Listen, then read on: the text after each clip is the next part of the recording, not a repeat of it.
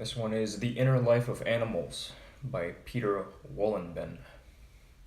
In The Inner Life of Animals from 2017, Peter Wohlleben discusses the latest research on animal feelings and emotion. He draws insights from multiple studies as well as from his personal experiences of the woodland, where he has lived and worked for decades.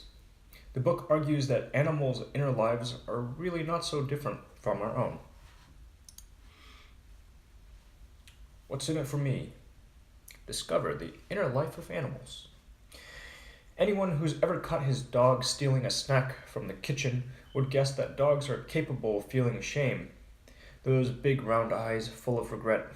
That, oops, sorry look. It feels unmistakable. Examples like this seem to indicate that animals can experience complex emotions. But what does shame feel like for them? Perhaps it feels the same as it does for us humans. And what other sorts of emotions do they feel? Can a horse be sad? Can birds exhibit mendacity?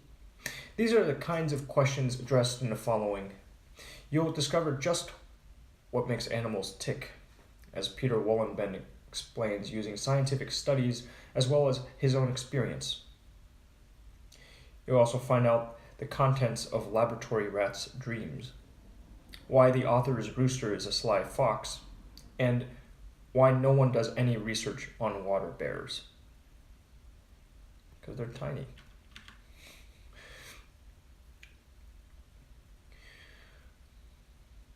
Though we shouldn't anthropomorphize animals, evolution suggests that they have similar emotions. Have you imagined what it would be like to read an animal's mind? Well, by the end of these book in blinks, you might have an idea. But we've got to begin with some basics. There are some pitfalls to avoid when it comes to discussing animals and emotions. For starters, it's all too easy for us humans to anthropomorphize animals, that is, project human-like qualities onto them that they don't possess. Take the squirrel. It has those big eyes, that bushy tail, seems harmless enough, but that cuteness is distracting. Squirrels are pretty ruthless predators, quite content to gobble up nestling baby birds. That's not to say that squirrels are bad in the moral sense either. It's just the way they've been programmed. They behave this way to survive. Just because squirrels provoke an emotional response in us, it doesn't mean that we have a deep insight into their nature. In fact, it tells us more about us than the animals. There's no doubt humans are different from animals. However, from an evolutionary perspective, there's a strong argument to be made that emotionally we do share some similarities. After all, humans and animals do have some common ancestors, and this biological bequest forms our emotions. We certainly have much in common with other mammals, especially regarding brain and nervous system structures. These similarities in brain structures would suggest that we share similar feelings with other animals, especially if we're closely related, and with good reason. Emotions are primarily handled in the relatively old parts of our brains, namely those sections that are alike in all animals. For instance, when they give birth, both nanny goats and human mothers produce large quantities of the neurotransmitter oxytocin, a hormone that bonds the mother to her offspring. So, there seem to be some differences and some similarities between humans and animals when it comes to emotional consciousness. But why exactly is that? An animal's worth is dependent upon its practical use for humankind. There's no escaping it. We just can't help judging animals through the lens of human experience. We've been distinguishing between useful and harmful animals for millennia, even if these aren't the most helpful classifications at times. Snails are harmful because they devour our gardens. Meanwhile, hedgehogs seem useful because they eat the snails. Dogs are perceived to be kind because they're our protectors and companions. But if we want to get some basic and objective knowledge about animals, it's best to dump these useless categories, because, unfortunately, human nature means we seldom consider the true inner lives of animals. Pigs are a great example. Rather than icky and stupid, they're in fact intelligent, sociable, and quite clean creatures. When a group's territory is invaded by another sounder of boar, pigs are pretty good at detecting if they're closely related to the invaders. With that knowledge, they'll decide whether it's worth picking a fight or not. Boar are also astute enough to outwit German hunters, who are under orders to cull them. The wild pigs can steal bait without getting caught in traps. And as for cleanliness, pigs can even identify suitable places to defecate, a good distance away from where they sleep. In fact, it's probably because we pay so little heed to these lovable animals that we have no qualms about eating them on a regular basis.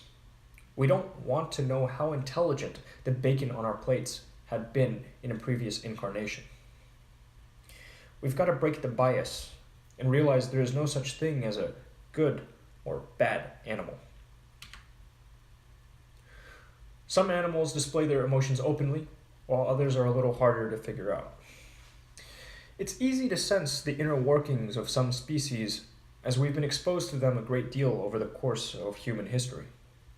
Sometimes we can guess what more familiar species are trying to communicate. It's pretty direct. When a dog bares its teeth, for instance, we know that caution is best advised. It's even possible to suss out equine emotions. In 2015, scientists at ETH Zurich discovered that horses neigh at 2 different frequencies. They use one frequency to communicate a positive or negative emotion, while they use another to indicate the strength of the feeling. And as for the great apes, things can get even more complex. The US psychologist Penny Patterson taught sign language to a female gorilla called Coco. Coco understood 2,000 signs and used a further 1,000 herself. Despite these advances, however, there are some animals about which we're still in the dark. Often that's because they're too small to study or seem uninteresting to us. Take the weevil, a flightless bug found in some German forests. It grows to between 2 and 5 millimeters in length and looks like a tiny elephant. When it's in peril, its defense mechanism is to play dead. And that's about the only thing we know about weevils. After all, why would we be interested in learning more about this creature's inner life? We just can't relate to it. The same is true for the tardigrade, or water bear, a microscopically small species. There are more than 1,000 subspecies of them. The tardigrade has 8 legs and a squidgy body that indeed looks a little bear-like. But as they are so tiny and are of no known value to humankind, we haven't bothered to study their behavior closely at all. Animal behavior is motivated by instinct, feelings, and consciousness, just like human behavior. People who don't give a fig for animal rights like to argue that animals' emotions are inferior to our own, that they're simply products of chemistry and instinct. They're wrong. When you think about it, human emotions, like those of animals, are just as much the result of body chemistry. Let's look at animals first, with the case of squirrel mothers or does. If their nests are compromised, squirrel does will carry their offspring away, running until they collapse in a state of exhaustion, without any regard for their own welfare. Why? Because a squirrel doe is innately heroic? Or because its little body is so pumped full of hormones that it can't do anything else? We'll never know for certain. But these questions are equally valid when applied to human mothers, who experience the same hormonal blend as our fluffy relatives. Additionally, it's clear that both human and animal behavior is determined largely by instinct. Instinct is essentially unconscious action. Such movements are effected instantaneously. They circumvent conscious thinking. Some people assert that animals don't have any emotions, just instincts. But this argument is flawed. Humans have instincts too. When you touch a hot plate, you'll pull back before you're even consciously aware of it. These days, science is learning ever more about instinct's role in influencing our everyday lives. And it looks like our subconscious is very much in charge. In 2008, a study at the Max Planck Institute in Leipzig showed that the subconscious parts of our brains know what we will do 7 seconds before we consciously make the decision. There's no denying it. Humans and other animals are bound by both the whims of subconscious instinct and as well as free will. We're far more alike than different. Affection between humans and animals is complex, and misunderstandings abound. Humans feel. Animals feel. Sometimes they even have feelings for one another. However, we'll never really know if animals are capable of loving humans as we love them. Even though dog owners swear that their pets adore them, this relationship has little in the way of real, unconditional love or friendship about it. After all, a dog is dependent on an owner whose role involves supplying food or acting as a replacement pack leader. An extreme form of bonding between animals and humans is known as imprinting. If a newly hatched bird sees a human, then this experience will be imprinted onto the bird. It will think that the human is its mother. It will try to follow and imitate him. But there are also examples of animals voluntarily bonding with humans. For example, a dolphin named Fungi has been regularly seen swimming up to boats in Dingle Bay in Ireland for 30 years. He clearly loves interaction with humans, but why exactly is still completely unknown. On the other hand, there's no doubt humans are capable of loving animals, even if these emotions manifest in strange ways. For instance, humans love to breed dogs because we think we're producing desired qualities. Whether it's to make a dog more cuddly or a better hunter, it's a sign of our affection. But the results can be dangerous. Pugs can't breathe at all well, as we've bred them to have extremely short muzzles. On top of that, people sometimes use their pets as a substitute for human affection. They pamper or overfeed them, but this torture is hardly doing those animals a favor. It's clear then that our affection toward animals isn't always a blessing for them. All the more reason to have a close look at their emotions and behavior and work out what exactly is going on. Animals feel fear and pain just as we do. Surely that's an argument for animal rights. Now let's think about the inner lives of animals, particularly whether it's possible for animals to feel fear or pain.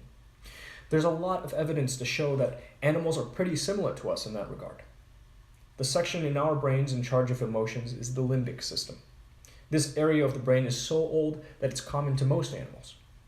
In particular, the amygdala, which is responsible for basic emotions, plays a key role. It exists in a variety of species, and even in fish, where it's known as the telencephalon. Additionally, many animals also have very similar or even identical hormonal messenger substances to ours. That's to say, our hardware is basically the same. Our reactions to pain are alike. Just like a cow or a goat, if we touch an electric fence, we're going to jump back and avoid it in the future. The biggest difference between animals and humans is our relative degree of consciousness. But we still have little understanding of what consciousness really is. These facts provoke some moral questions, particularly when it comes to animal rights. Some scientists who side more with the interests of the food industry than animals argue that we simply can't compare how humans and animals feel. Others, like Victoria Braithwaite of Penn State University, object to this view. She studied the pain receptors around fishes' mouths and discovered that these animals experience extreme pain when they're caught on hooks. Before that, people had commonly assumed that fish didn't feel pain at all. This finding is perhaps something that anglers should bear in mind next time they head out to fish. In the end, each one of us has to draw his own conclusions. But as we're dealing with so many scientific unknowns, surely it's better just to support the victim side. Some animals recognize their own names and display signs of self-awareness. Do you think that maybe emotions wouldn't be such a big deal if animals weren't as conscious of them as humans? No easy way out there. Animals, it turns out, are also self-aware. Some animals give each other names. Some can even recognize the names that humans give them. These are indications of self-awareness. Ravens, for instance, form lifelong bonds and even develop personalized cries that they use to announce themselves, in which other ravens use to address them. By any other name, a name. Elsewhere, scientists at the Friedrich Loeffler Institute needed a method to avoid overcrowding at pig feeding troughs, so they give the pigs names. It took a few weeks of practice for the pigs to follow their roll call. When the researchers called the pigs in turn, each one recognized his personalized signal and knew what action was required of him. There's a deeper significance to all of this. If an animal or human can recognize his individual name, then it's an indicator of more than just consciousness. Self-awareness is what we're talking about now. Then there's the famous mirror test. It demonstrates whether a species can recognize itself or not. In this test, an animal has a colored dot painted on its forehead. Then it's placed in front of a mirror.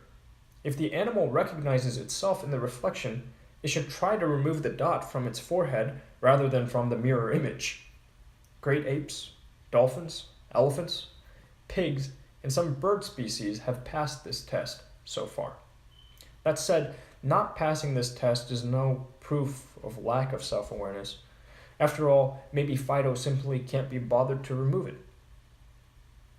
In the end, it does look like a fair few species have some sort of sense of self-awareness.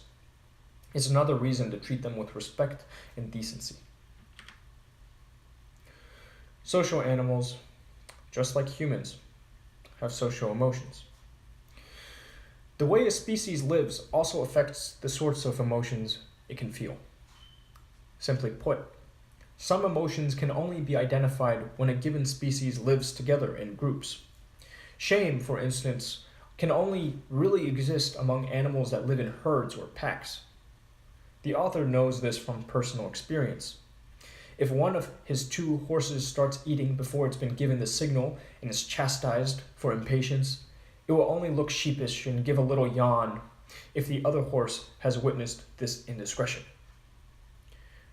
The feeling of shame probably operates just as it does for humans. If an animal has violated a norm, it's keen to show its eagerness not to make similar mistakes in the future. Admitting failure means it can be more easily reintegrated into the group. In addition to shame, animals that live in groups also have a distinct sense of fairness. In one study, 2 dogs sat beside each other and were asked in turn to present a paw to their handler. If they did so, they received the reward. Over time, the rewards decreased, until only one of the dogs was getting something. The hard-done-by dog started sulking and refused to cooperate. However, when the experiment was carried out with just one dog, there was no reason for it to get annoyed, and so it just kept on going. Some species can also feel empathy among themselves. Some rather cruel experiments with rats proved this. It transpired that rats experience pain more intensively if they'd seen a fellow rat experiencing the same pain, like the burning of a paw just beforehand. Conversely, their pain levels decreased if they were with rats that they'd known for a long time and that hadn't been subjected to the same experience, so could support them. It turns out that emotions, whether for humans or animals, are as much social as they are individual. Animals can behave altruistically or deceitfully, and seem to know the benefits of both. Evolutionary advantages are hard to come by, but for animals that live together, behaving sociably brings some benefits. It's altruism by another name, and it's pretty widespread. Take the vampire bats of South America. When a bat returns to the cave after a successful hunting trip, it will regurgitate some food and share with those who have been less lucky in the skies. But it only helps those who have shown generosity to it before. It proves that kindness really does pay off. This also shows that animals do have a form of free will. Their altruism isn't automatic, but voluntary. But not all social behavior is quite as nice as that of bats. Sometimes deceit and wiliness are employed to a creature's advantage. The author knows this well from observing his own chickens.